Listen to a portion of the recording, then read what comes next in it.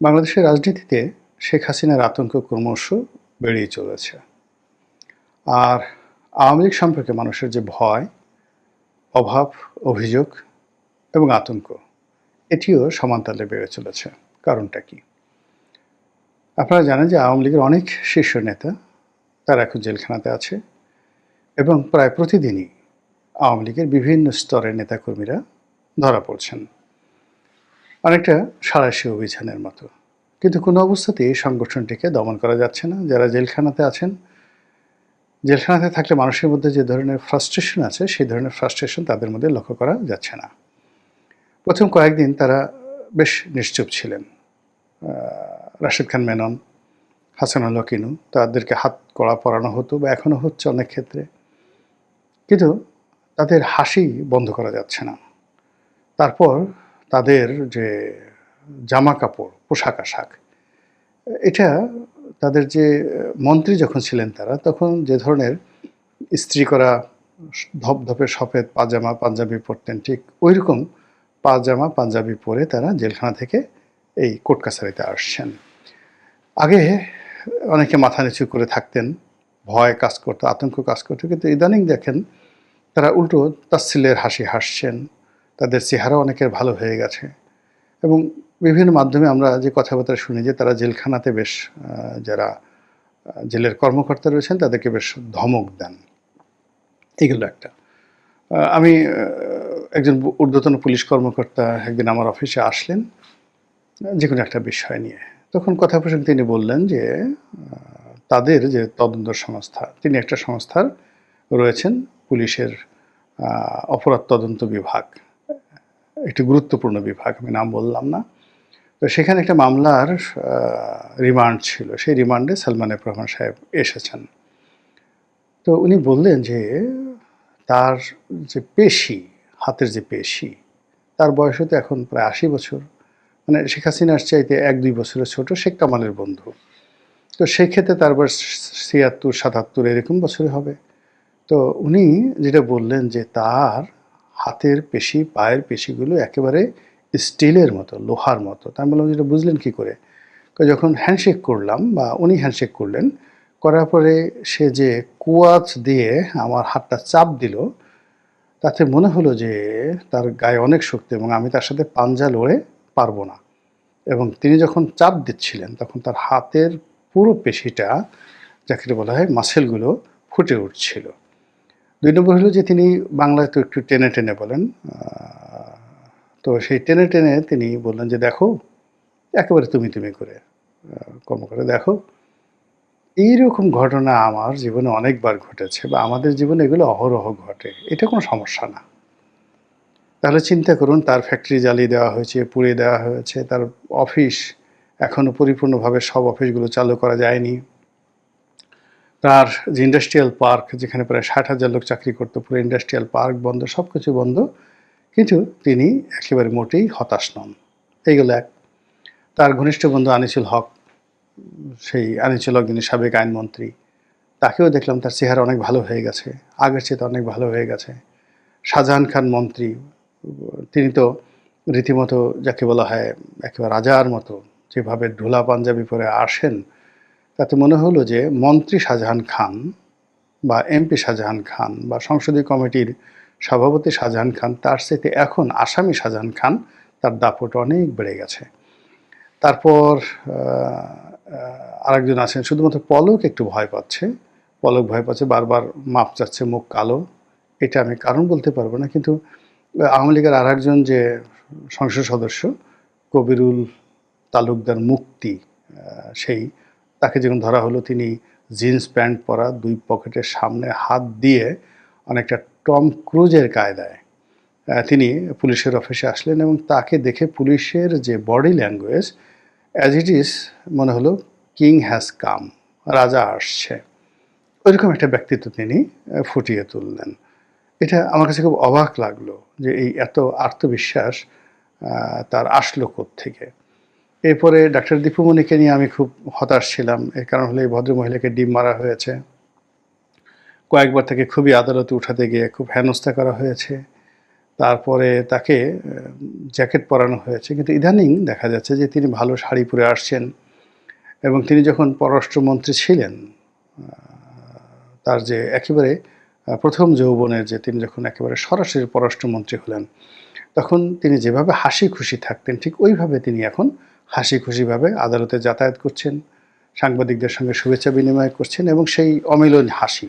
এমনিতে দীপুমণি তার যে শিক্ষা, তার যে মেধা, তার যে যোগ্যতা অনন্য। বাংলাদেশে এরকম শিক্ষিত ভদ্রমহিলা নাই বললেই চলে। তিনি ঢাকা মেডিকেল থেকে এমবিবিএস পাশ করা ডাক্তার, তারপরে উকালতি পাশ করেছেন, এলএলবি করেছেন। এরপর তিনি হার্ভার্ডের একটা কোর্স করেছেন বিশ্ববিখ্যাত। এরপরে জন হপকিন্স, আমেরিকার সবচেয়ে one of the top university, সেখান থেকে তিনি আবার এমবিএ করেছেন। এবং তার বাবা মানে তার ভাই, মানে তার যে বংশ চাঁদপুরে one of the royal family. তো এই যে ভদ্রমহিলা, তিনি একেবারে স্বাভাবিক হয়ে গেছেন। তো মানুষ তখনই স্বাভাবিক হতে পারে যখন তার কাছে চমৎকার একটা আশা থাকে, সুসংবাদ থাকে। আদারওয়াইজ পৃথিবীর সবচাইতে পাওয়ারফুল ম্যান তিনিও জেলখানাতে গিয়ে হতাশাগ্রস্ত হয়ে পড়েন। নেলসন ম্যান্ডেলার মতো মানুষ পড়ে দেখেন, কিংবা মহাত্মা গান্ধী, তার যে আত্মজীবনী পড়ে দেখেন। তারপর যাকে বলা হয় মাওলানা আবুল কালাম আজাদের ডিসকভারে ইন্ডিয়া পড়ে দেখেন, বঙ্গবন্ধুর আত্মজীবনী পড়ে দেখেন। প্রতি মুহূর্তে তারা হতাশার সাগরে ডুবেছিলেন। তাদের মনে হচ্ছিল আজকে বোধহয় তার জীবনের শেষ দিন। শেখ হাসিনাও আমাকে একদিন বলেছিলেন যে 1/11-এর সময় তিনি যখন জেলে ছিলেন, তার কাছে মনে হতো আজকেই বোধহয় তার জীবনের শেষ দিন, এরকম মনে হতো। আমি নিজে যখন জেলে ছিলাম, প্রতিদিন একটা ভোর হতো বা একটা রাত হতো, বিভৎস একটা ভোর, বিভৎস। তারপরে একটা রাত আসতো, বিভৎস। কোনো কিছুতেই শান্তি নেই, খাওয়াতে হজম নেই, কোনো কিছু ভালো লাগে না। আমি জেলখানাতে ঢুকলাম, আমার চোখে কোনো সমস্যা ছিল না। উইদিন 24 ঘন্টার মধ্যে হঠাৎ করে দেখলাম যে আমি চোখে দেখি না, চশমা লাগলো, নতুন চশমা নিতে হলো। কোনোদিন আমার দাঁতের সমস্যা ছিল না। 1 সপ্তাহ পরে দেখলাম যে আমার দাঁত এমন ক্ষয় হয়ে গেছে, এরপর আমার দাঁতে ফিলিংস করতে হলো। এর আগে কোনোদিন আমার দাঁতে এই ধরনের সমস্যা ছিল না। তো ওখানে সাইকোলজিক্যালি এরকম একটা অবস্থা তৈরি হয় যেখানে মানুষের মোরাল ক্যারেজ বলে কিচ্ছু থাকে না। এর আগে যখন সালমান এফ রহমান, আমি যে রুমটাতে ছিলাম সেই রুমে সালমান এফ রহমান সাহেব ছিলেন। তো গিয়াসউদ্দিন আল মামুন সাহেব বলতেন যে এখানে সারাক্ষণ তিনি কান্নাকাটি করতেন, সারাক্ষণ কোরআন শরীফ পড়তেন এবং বলতেন যে তিনি জেল থেকে বের হয়ে আর জীবনে এই ধরনের কর্ম করবেন না। তো সেই সালমান এফ রহমান এই সময়টাতে এসে কোনো অনুশোচনা নেই, ভয় নেই, তওবা নেই, কোনো কথা নাই, তিনি আরও আত্মবিশ্বাসী হয়ে পড়ছেন। এই মাহমুদুর রহমান আমার দেশের, আমরা একসাথে জেলে ছিলাম। মামুন, গিয়াসউদ্দিন আল মামুন, তারেক রহমান সাহেবের বন্ধু, সারাক্ষণ কোরআন শরীফ ছাড়া মানে মনে হয় যে না শুধু সারাদিন অলি আল্লাহ হয়ে গিয়েছিল একেবারে রীতিমতো। সারাক্ষণ কোরআন শরীফ পড়তেন, নামাজ কালাম থেকে শুরু করে, তসবিহ তাহালিল থেকে শুরু করে, তওবা ইস্তেগফার থেকে শুরু করে, আত্মসমালোচনা, কী কী অন্যায় করেছেন, ভুল করেছেন, সব কিছুর জন্য তার অনুশোচনা ছিল। এই জেলখানা। তো সেই জেলখানাতে গিয়ে যখন কেউ আবার রিগেইন করে, স্বাস্থ্য ভালো হয়, শক্তিমত্তা বেড়ে যায়, আত্মবিশ্বাস বেড়ে যায়, তখন তাকে ভয় না পেয়ে কোনো কারণ নেই, যেটা আওয়ামী লীগকে নিয়ে এই মুহূর্তে হচ্ছে। এই গেল এক। 2 নম্বর হলো যে শেখ হাসিনা। এখন শেখ হাসিনা প্রবাসে আছে, দিল্লিতে আছে। প্রথম কিছুদিন আমরা তার কথাও শুনতে পাইনি, ছবিও দেখতে পাইনি। এরপরে অল অন এ সাডেন আমরা জানতে পারলাম যে তিনি সেই গান গাচ্ছেন। তারপরে তিনি ওই লোদি গার্ডেন, দিল্লির অভিজাত একটা পার্ক আছে, তো তাকে নাকি সেই লোদি গার্ডেনে ঘোরাফেরা করতে দেখা গিয়েছে। পরবর্তীতে জানলাম যে তিনি রয়্যাল মেহমান হিসেবে, রাজকীয় মেহমান হিসেবে ইন্ডিয়ার মানে একেবারে অন্য দেশের যে রাষ্ট্রপ্রধান, অর্থাৎ দালাই লামাকে তারা যে আশ্রয় দিয়েছে, ভারত আশ্রয় দিয়েছে, অন্য একটা দেশের প্রেসিডেন্টের যে প্রোটোকল, সেই প্রোটোকল দিয়ে দালাই লামাকে আশ্রয় দিয়েছে। ঠিক দালাই লামার স্ট্যাট আছে, শেখ হাসিনাকে দিল্লিতে রাখা হয়েছে। বিশাল বাংলো, মানে এখানে যমুনাতে ডক্টর মোহাম্মদ ইউনূস যেভাবে আছে তার চেয়ে অনেক অনেক ভালো। এর কারণ হলো ইন্ডিয়া মানে যমুনা তো মানে ইভেন কি আমাদের যে গণভবন, আপনারা যারা সফদরজং রোড দিল্লিতে গেছেন, হুমায়ুন রোডে গিয়েছেন, যেখানে মন্ত্রী মিনিস্টাররা বসবাস করে, কোনো মন্ত্রীর বাড়িতে, রাজনাথ সিংয়ের বাড়িতে যদি আপনি যান, অমিত সিংয়ের বা অমিত শাহের বাড়িতে যদি যান, তাহলে আপনি দেখতে পাবেন যে আমাদের দেশের গণভবন বা বঙ্গভবনের যে জৌলুস, তার চেয়ে ভারতের যে কোনো মন্ত্রীর বাসভবন বা গভর্নরের বাসভবন, এটার বিলাসিতা বলে আপনি শেষ করতে পারবেন না। এর কারণ হলো ওই যে ব্রিটিশ জামানাতে ব্রিটিশ ভাইসরয়, গভর্নর জেনারেলদের যে স্ট্যাটাসগুলো ছিল, মন্ত্রীর যে স্ট্যাটাস ছিল, ঠিক সেম স্ট্যাটাসটা তাদের মন্ত্রী মিনিস্টারের জন্য তারা বরাদ্দ রেখেছে। কেবলমাত্র মুখ্যমন্ত্রী যারা হয়, প্রাদেশিক সরকার যেমন মমতা ব্যানার্জি, তাদের জন্য অতটা জৌলুস থাকে না, খুব সাধারণ জীবনযাপন থাকে। কিন্তু পশ্চিমবঙ্গে যিনি গভর্নর আছেন কেন্দ্রীয় সরকারের, তার জৌলুস দেখলে আপনি শাহাবুদ্দিন চুপ্পুকে মনে হবে একটা ডিসিও না। পশ্চিমবঙ্গে যিনি কেন্দ্রীয় সরকারের গভর্নর হিসেবে আছেন, তার বাড়ির জৌলুস যদি দেখেন, আপনার এখানে গভর্নর মানে বাংলাদেশে যে শাহাবুদ্দিন চুপ্পুর বাড়ি গণভবন, বঙ্গভবন, সেই বঙ্গভবনের জৌলুস দেখে আপনার মনে হবে এটা কোনো বাড়িই না। আপনি যদি আমাদের সেনাপ্রধান ওয়াকারুজ্জামান যে বাড়িতে থাকে সেই বাড়ির জৌলুস দেখেন, আর রাওয়ালপিন্ডিতে, ইসলামাবাদে যদি একজন ব্রিগেডিয়ার পদমর্যাদার পাকিস্তান সেনাবাহিনীর কর্মকর্তার বাসভবন দেখেন, একজন কোর কমান্ডারের বাসভবন দেখেন, আপনি মনে হবে যে আমাদের জেনারেল ওয়াকারুজ্জামানের বাসাটা একজন মেজরের বাসা, জাস্ট সেনাবাহিনীর একজন মেজরের বাসা।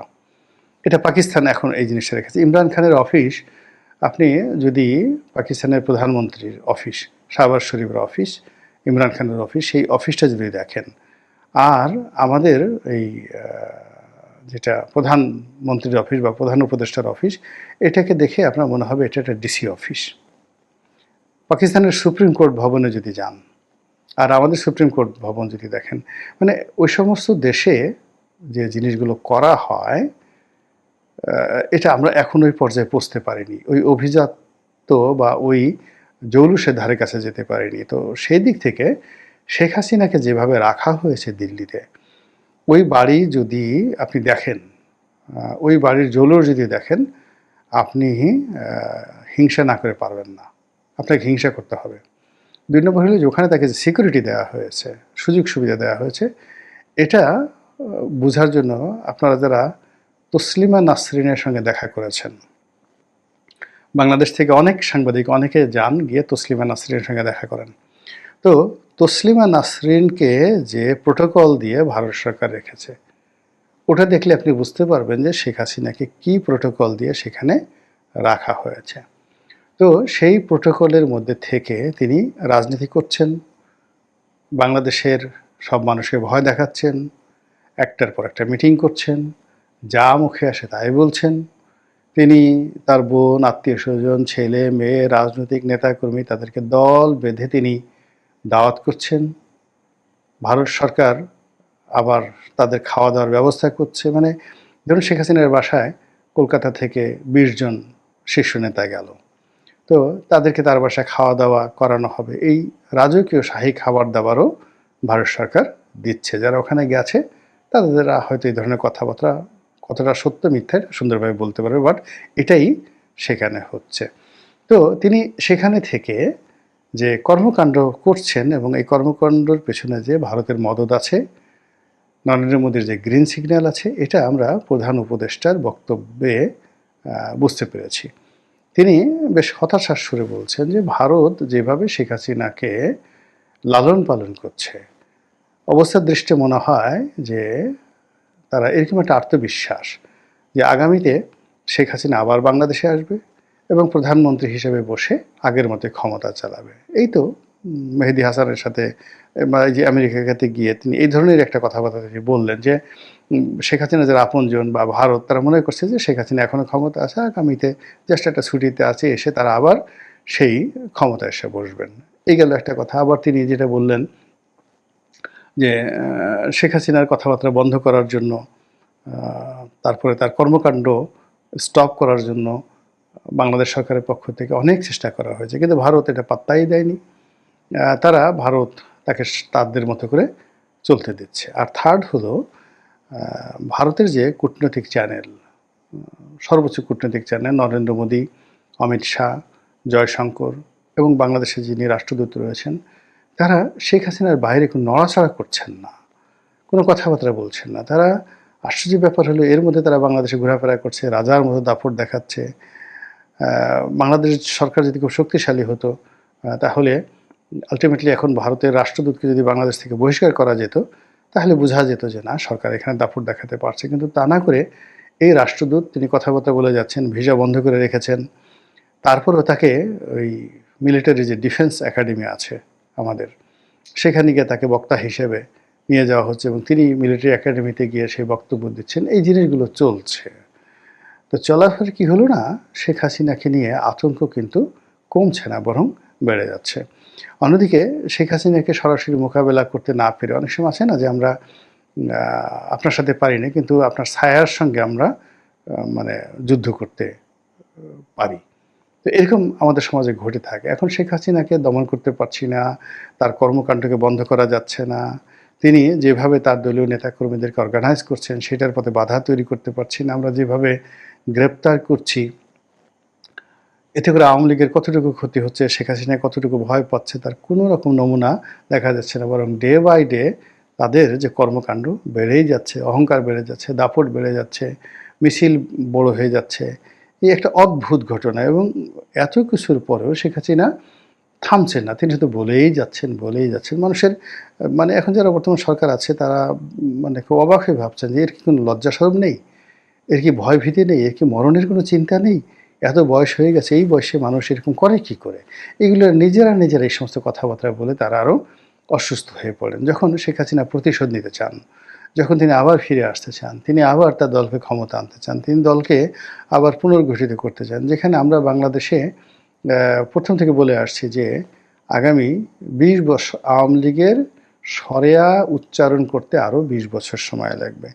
আমরা যারা এই সমস্ত কথাবার্তা বলছি, এখন শেখ হাসিনা কানে থেকে সমস্ত কথাবার্তা চলে গেছে।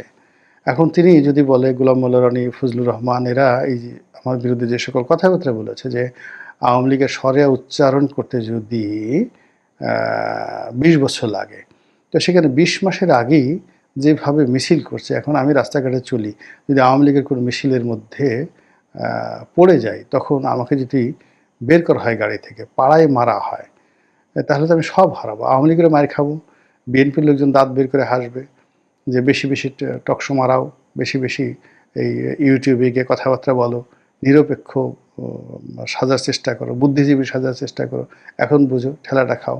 এখন এই যে আমরা যারা নিরপেক্ষ কথা বলার চেষ্টা করছি, আমাদের কথা কখনো ডক্টর মোহাম্মদ ইউনূসের পক্ষে যায়, কখনো শেখ হাসিনার পক্ষে যায়, কখনো ডক্টর ইউনূসের বিপক্ষে যায়, তারেক রহমানের বিপক্ষে যায়। মানে এই যে একটা সাধু সাজার চেষ্টা করছি, এখন বলেন, আপনারা বলেন তো আমাদের আসলে কী করা উচিত? আমরা কি ডক্টর ইউনূসের পক্ষে যোগদান করে জয় ইউনূস বাবা জয়, আপনি যা বলেন সবই ঠিক, নাকি আমরা এনসিপি যা কিছু করছি, ওরে বাবা রে, তোমরা যা করতেছ, তোমাদের সাথে আর কোনো ভালো মানুষ নেই? আমরা কি সেই শেখ হাসিনাকে বা বঙ্গবন্ধুকে বা আওয়ামী লীগকে অকথ্য ভাষায় গালাগাল করব? জামাত বা অন্য যারা এখন গালাগাল করছে তাদের মতো গালাগাল করব? নাকি তারেক রহমান সাহেব বা বিএনপি যা কিছু করছে একেবারে সব সঠিক, কিসের চাঁদাবাজি, কিসের কি, মানে সব রকম মানে সার্টিফিকেট দিয়ে যা তারা করতেছে সবই বলবো আলহামদুলিল্লাহ, সুবহানাল্লাহ, এর সাথে ভালো কোনো কাজ আর হয় না? নাকি আফগানিস্তান চলে যাব সেই এটার সাথে, যাকে বলে এরার দলে যোগদান করব, মানে মামুনুল হক, তো মামুনুল হক সাহেবের সাথে যোগাযোগ করে তার দলে যোগ দিয়ে যদি তালেবান সরকারের মেহমান হয়ে ঘুরে আসতে পারি, সেই কাজ করব? নাকি জামাতের আমিরের কাছে গিয়ে বুদ্ধি চাইব, পরামর্শ চাইব, তার আশ্রয় চাইব? এই যে একটা অবস্থা, এই সবই কিন্তু তৈরি হয়ে গেছে শেখ হাসিনার কারণে। সব পরিবেশ সব এলোমেলো করে দিয়েছে। কোনো একটা জায়গাতে গিয়ে আমরা স্থির থাকতে পারছি না, স্বস্তি থাকতে পারছি না, সব মহলের গালাগালি খাচ্ছি এবং সবার মানে কি বলবো, সবার ভয়, মবকে ভয় পাচ্ছি, তারপর শেষে ইনুসকে ভয় পাচ্ছি, ভূতকে ভয় পাচ্ছি, প্রেতকে ভয় পাচ্ছি, জন্তু জানোয়ার ভল্লুককে ভয় পাচ্ছি, সাপ ব্যাঙ যা কিছু আছে কোনো কিছুর ভয় থেকে মানে চিত্তকে বিমুক্ত রাখতে পারছি না, বিযুক্ত রাখতে পারছি না। তার উপর আবার অর্থনৈতিক মন্দা, ব্যবসা নাই, বাণিজ্য নাই। ইউটিউবে ঘোলাডিমা আগে যেভাবে মানুষের দেখতো, তার অর্ধেক মানুষ এখন ইউটিউব দেখে। শুধু আমার না, এখন পর্যন্ত এই যে যত পিনাকি ঠিনাকি যারা ভিডিও টিডিও করতো ওদের সবার ভিউ অর্ধেকে নেমে গেছে। সেই তুলনায় আমারটা আরও কম, মানে আমারটা আরও ভালো আছে। এখনও মানে পিনাকি ওদের চাইতে, পিনাকি যদি আগের যে ভিউ তার অর্ধেক থাকে, আমারটা 60% আছে তুলনামূলকভাবে। এটা কতদিন থাকবে আমি জানি না। মানুষ বিরক্ত হয়ে যাচ্ছে, রাগ হয়ে যাচ্ছে, কথা শুনতে চাচ্ছে না, মেজাজ গরম হয়ে যাচ্ছে।